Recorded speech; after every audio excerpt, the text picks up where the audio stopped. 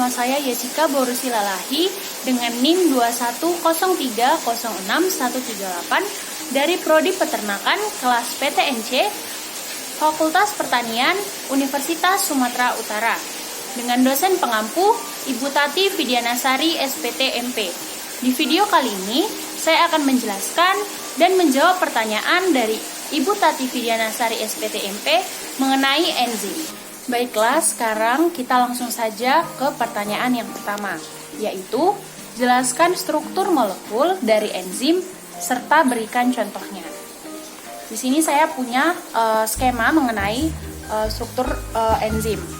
Pertama-tama saya akan menjelaskan mengenai apa itu enzim. Jadi, enzim itu adalah senyawa kimia yang berupa protein yang berfungsi sebagai biokatalisator. Di sini enzim atau holoenzim itu tersusun atas dua komponen penyusun. Di sini yang pertama adalah protein atau apoenzim.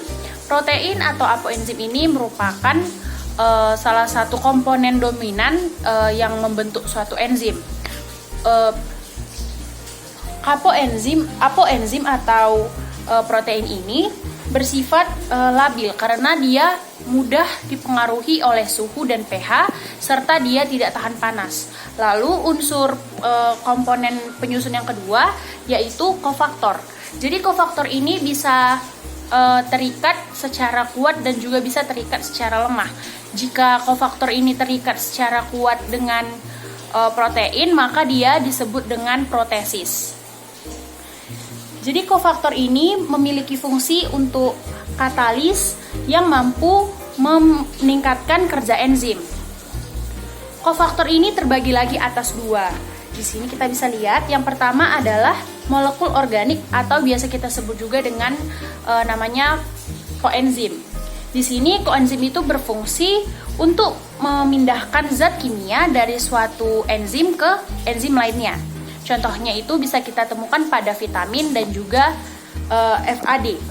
Yang kedua adalah molekul anorganik atau ion logam. Di sini contohnya Fe2 positif dan juga Mn2 positif. Untuk soal yang kedua adalah jelaskan model cara enzim bekerja. Jadi model cara enzim bekerja itu seperti yang kita lihat pada skema itu ada dua. Yang pertama adalah model lock and key. Model lock and key ini diusulkan oleh Emil Fischer pada tahun 1894. Jadi pada model ini enzim itu hanya bekerja untuk satu substrat saja dan dia akan berikatan pada sisi yang aktif. Dan di sini bisa kita lihat, di sini enzim ini diibaratkan sebagai gembok, sedangkan di sini substrat ini dilambangkan sebagai kunci. Jadi pada saat enzim dan substrat ini bereaksi atau saling mengikat, maka dia akan membentuk senyawa kompleks enzim substrat. Yang kedua adalah induced feed model. Ini diusulkan oleh Daniel F. Kosanland Jr. pada tahun 1958. Pada model ini, kofaktor atau aktivator enzim berikatan dengan sisi allosterik dengan cara mengubah bentuk sisi aktif dari si enzim. Yang ini bisa kita lihat, ini bentuknya berbeda dari yang pertama. Jadi sisi aktifnya ini akan diubah bentuknya agar dia dapat mengikat substrat tertentu. Jadi nanti si enzimnya ini akan mengubah sisi aktifnya ini sesuai dengan substrat yang akan diikatnya. Kemudian nanti si substrat ini akan diubah menjadi produk dan kemudian akan dilepaskan dari si enzim ini. Jadi si enzim ini nanti kemudian akan bisa lagi digunakan untuk substrat-substrat berikutnya. Nah, pertanyaan yang ketiga yaitu jelaskan klasifikasi enzim secara internasional dan berikan contohnya. Oke, di sini sesuai dengan kita lihat di skema ini. Di sini klasifikasi enzim secara internasional itu terbagi atas ada 6. Yang pertama adalah enzim oksidoreduktase. Jadi enzim ini itu berfungsi pada saat transfer elektron. Contohnya adalah alkohol dehidrogenase. Enzim yang kedua adalah enzim transferase. Jadi enzim transferase ini berfungsi pada saat adanya transfer gugus fungsi. Contohnya adalah heksokinase. Yang ketiga adalah enzim hidrolase. Jadi enzim hidrolase sesuai dengan namanya, dia bereaksi pada saat adanya reaksi hidrolisis. Di sini contohnya adalah enzim tripsin. Yang keempat adalah liase. Jadi si enzim liase ini dia berfungsi untuk memutuskan ikatan antara CC, CO dan juga NN untuk membentuk ikatan rangkap. Di sini contohnya adalah pirufat dekarboksilase. Yang kelima adalah isomerase. Jadi si isomerase ini berfungsi untuk membentuk isomer. Contohnya adalah maleat isomerase. Yang terakhir atau yang keenam adalah enzim ligase atau enzim sintetase. Jadi si enzim ligase ini berfungsi dalam pembentukan ikatan. Contohnya adalah enzim pirufat karboksilase.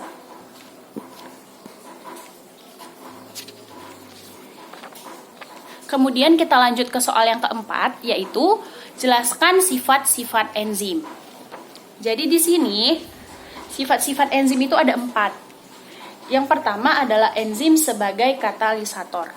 Jadi enzim ini merupakan sebuah katalisator yang dapat mempercepat atau mengubah laju reaksi tanpa dia harus ikut bereaksi.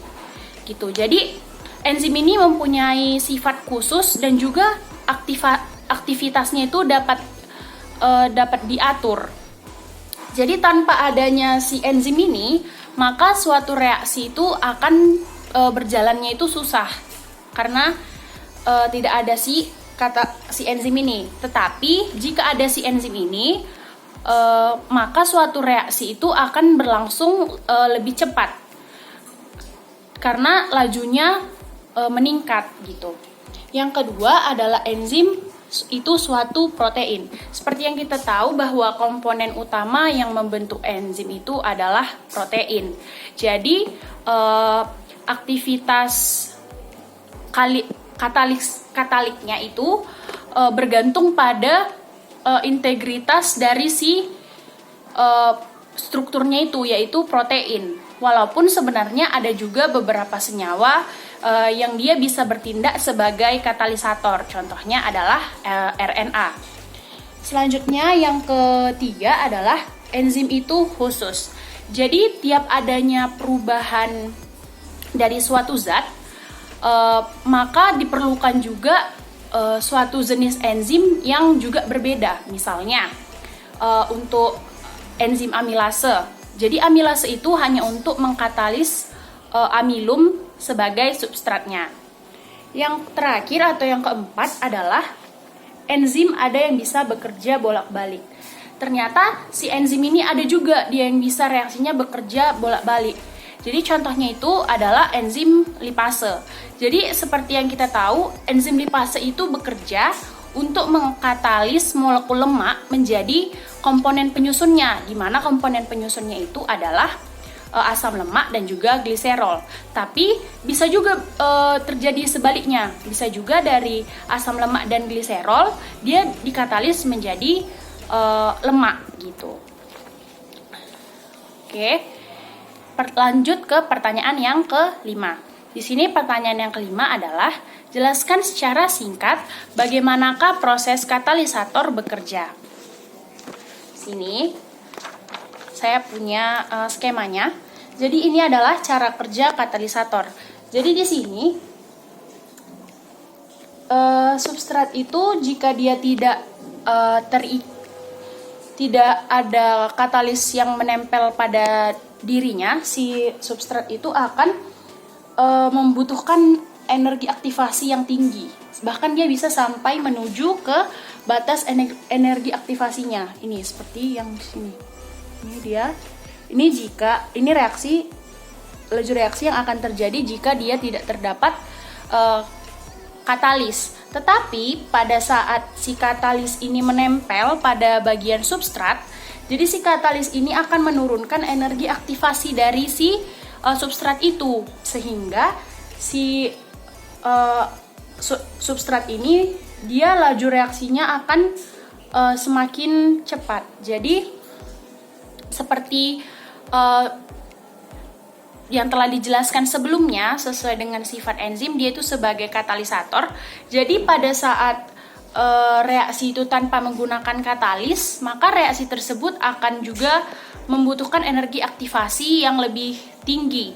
Sedangkan pada saat reaksi itu menggunakan katalis, maka dia akan memerlukan energi aktivasi yang lebih rendah. Gitu. Selanjutnya kita masuk ke soal yang keenam, yaitu jelaskan faktor yang mempengaruhi kerja enzim dan berikan contohnya. Di sini faktor-faktor yang mempengaruhi kerja enzim itu ada 4. Yang pertama adalah suhu. Jadi yang seperti kita tahu bahwa suhu itu satu hal yang sangat mempengaruhi enzim untuk dia dapat bekerja secara maksimal. Jadi setiap adanya kenaikan suhu sebanyak 10 derajat, maka kecepatan si enzim itu juga akan bertambah 2 kali lipat sesuai sampai batas suhu tertentu. Tapi pada saat suhu tinggi ini dia juga bisa menonaktifkan protein dan juga enzim. Yang kedua adalah pH. Jadi seluruh enzim yang ada di dalam tubuh makhluk hidup itu sangat peka terhadap perubahan pH. Jadi pada saat pH itu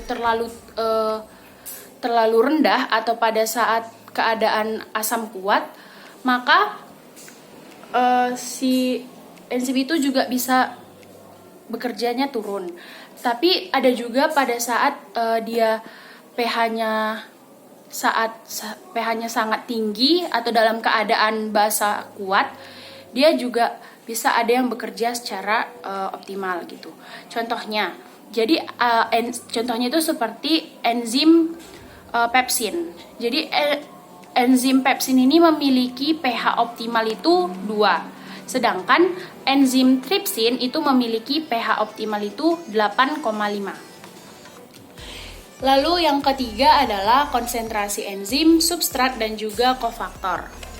Jadi di sini jika suhu dan pH itu dalam keadaan konstan, sedangkan jumlah substratnya itu berlebihan, maka laju reaksinya sebanding dengan jumlah enzim yang ada. Tetapi jika suhu, pH, dan juga konsentrasi enzimnya konstan, maka laju reaksinya akan sebanding dengan jumlah substratnya. Gitu. Yang terakhir adalah inhibitor. Aktivitas suatu enzim dapat terhambat karena suatu senyawa. Jadi senyawa yang menghambat itulah yang dinamakan si inhibitor ini. Inhibitor ini terbagi secara umum itu ada 2. Yang pertama adalah yang dapat bekerja secara balik, itu disebut dengan reversible. Sedangkan ada juga yang tidak dapat bekerja secara balik, itu disebut dengan irreversible. Selanjutnya yang terakhir, jelaskan bagaimana mekanisme feedback inhibition yang terjadi pada enzim. Ini dia skemanya. Jadi pada saat enzim dan substrat berikatan, disitulah terjadi produk, gitu. Jadi pada saat ada pola umum jalur metabolisme itu biasanya terjadi ketika si enzim yang pertama ini kinerjanya itu terhambat karena hasil akhir atau produk dari si metabolisme. Itulah yang disebut dengan si feedback inhibition. Jadi hasil produk dari yang dihasilkan oleh ikatan enzim dan substrat ini bisa aja dia menghambat aktivitas dari salah satu enzim sebelumnya. Bisa jadi di enzim A, bisa jadi di enzim B, enzim C, enzim D, ataupun enzim E. Sekian video saya pada kali ini, kurang dan lebih saya mohon maaf. Terima kasih telah menyaksikan.